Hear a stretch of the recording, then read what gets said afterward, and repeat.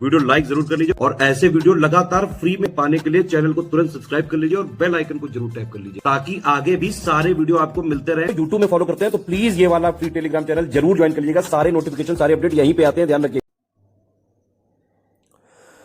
नमस्कार साथियों, स्वागत है आप सभी का स्टडी फॉर सिविल सर्विसेज में। ये है हमारी वर्ल्ड ज्योग्राफी क्लास जिसमें टॉपिक चल रहा है हमारा महाद्वीप, और महाद्वीप में हम पढ़ रहे हैं अफ्रीका, और अफ्रीका में टॉपिक चल रहा है नदियां, जो आज समाप्त हो जाएंगी, फिर हम आगे बढ़ेंगे।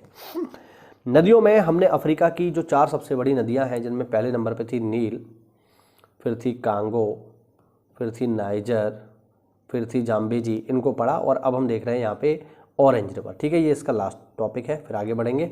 देखो साहब, ऑरेंज नदी दक्षिण अफ्रीकी नदी है, यानी दक्षिण अफ्रीका में बहती है। मैं आपको मैप पर भी दिखाऊंगा अभी।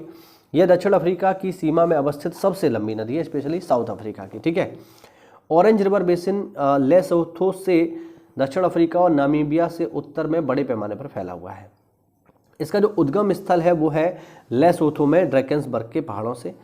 यह नदी दक्षिण अफ्रीका और लेसोथो के मध्य एवं दक्षिण अफ्रीका और नामीबिया के मध्य अंतर्राष्ट्रीय सीमा का निर्माण करती है। तो ये छोटा सा प्रश्न पेपर में आ सकता है कि बताइए साउथ अफ्रीका और लेसोथो या फिर साउथ अफ्रीका और नामीबिया के मध्य कौन सी रिवर जो है इंटरनेशनल बाउंड्री बनाती है। तो आपका जवाब होगा ऑरेंज।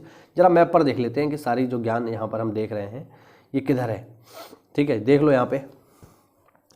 देखो भाई, ये जो छोटा सा, थोड़ा जूम कर लेता हूँ, ये जो छोटा सा आपको देश दिखाई दे रहा है ये है लेसोथो। ठीक है, जिसकी राजधानी है मसेरू। ये देखिए, ये रहा। अब यहीं से निकली है ये रिवर, देखिए ऑरेंज है ना, ऑरेंज, जिसके पास में आपको मिलेगी किम्बरले के पठार, जो कि सोने के लिए फेमस है। ठीक है, हीरे वगैरह के लिए। और यहाँ से होते हुए ये देखो बॉर्डर आ गया, और बॉर्डर से होते हुए ये चली जाती है समुद्र में। ठीक है, तो ये आपको ध्यान रखना है। ठीक, याद रखेंगे इसको, काफ़ी इंपॉर्टेंट है। तो 2 देशों के साथ बाउंड्री बनाने का काम कर रही है ऑरेंज रिवर। कौन कौन से देश हैं? देखिए, पहला तो यही हो गया लेसोथो। ठीक है, छोटा सा देश है।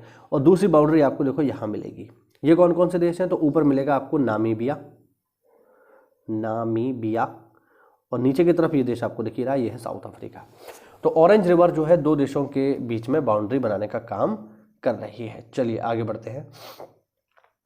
अफ्रीका के भौतिक भूगोल में आगे बढ़ते हुए हम बहुत ही इंपॉर्टेंट टॉपिक देखने जा रहे हैं अब, जो कि है ग्रेट रिफ्ट वैली। बहुत इंपॉर्टेंट है भैया, मैं इसकी लोकेशन भी दिखाऊंगा आपको मैप पर। देखिए, ग्रेट रिफ्ट वैली उत्तरी सीरिया यानी एशिया से मध्य मोजाम्बिक पूर्वी अफ्रीका तक लगभग 6400 किलोमीटर में फैली है, यानी बहुत बड़े इलाके में फैली हुई है। इसमें कोई डाउट नहीं है, बहुत लंबा इलाका हो गया ये। रिफ्ट वैली का सबसे उत्तरी भाग लेबनान में बेका घाटी में बनता है। ठीक है, लेबनान में, यानी एशिया में आ गया। यह दक्षिण में जॉर्डन नदी घाटी में स्थित है, जो जॉर्डन घाटी के माध्यम से दक्षिण में इजराइल जॉर्डन सीमा पर मृत सागर तक जाती है।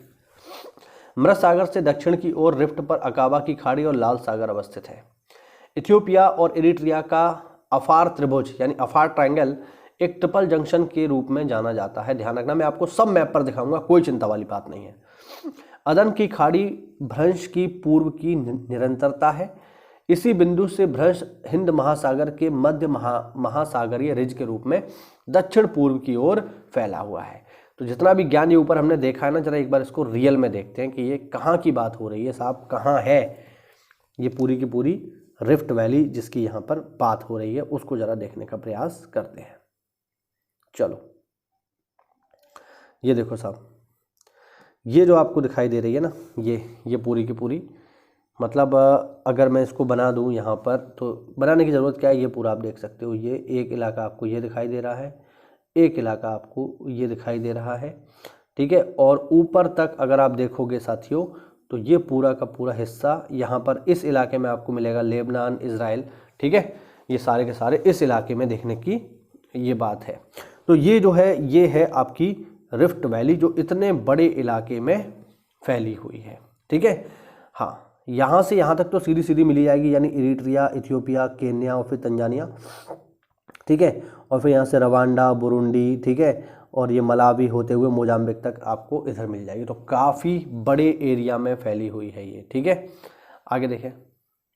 पूर्वी अफ्रीकी भ्रंश घाटी, ट्रिपल जंक्शन से दक्षिण पश्चिम दिशा में पूर्वी अफ्रीकी रिफ्ट वैली के रूप में भ्रंश मौजूद है, जो अपने पुराने इथियोपियाई हाईलैंड को 2 हिस्सों में विभाजित करता है। अच्छा, इसमें एक चीज़ आप और देखो, एक चीज़ आप देखिए, ये कि ये जो पूरी की पूरी रिफ्ट वैली है, यहाँ से अफ्रीका 2 हिस्सों में बंटता है। पहली जो प्लेट है ये है अफ्रीकन प्लेट, ठीक है, सोमाली वाली, और दूसरी है अफ्रीकन प्लेट नूबियन वाली। अब यहाँ से ये जो दोनों प्लेटें हैं अलग अलग दिशाओं में गतिमान है।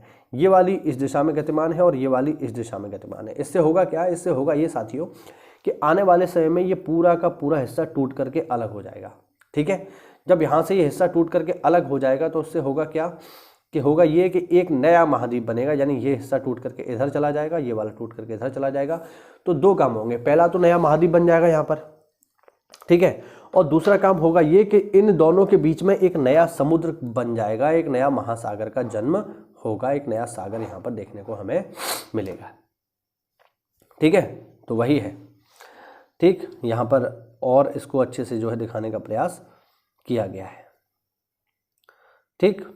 यहाँ पे आप इसको अच्छा और अगर ढंग से देखना चाहो तो देखो, पूर्वी अफ्रीकी भ्रंश घाटी Ethiopia, Kenya, Uganda, Rwanda, Burundi, Zambia, Tanzania, Malawi और मोजाम्बिक से होकर गुजरती है।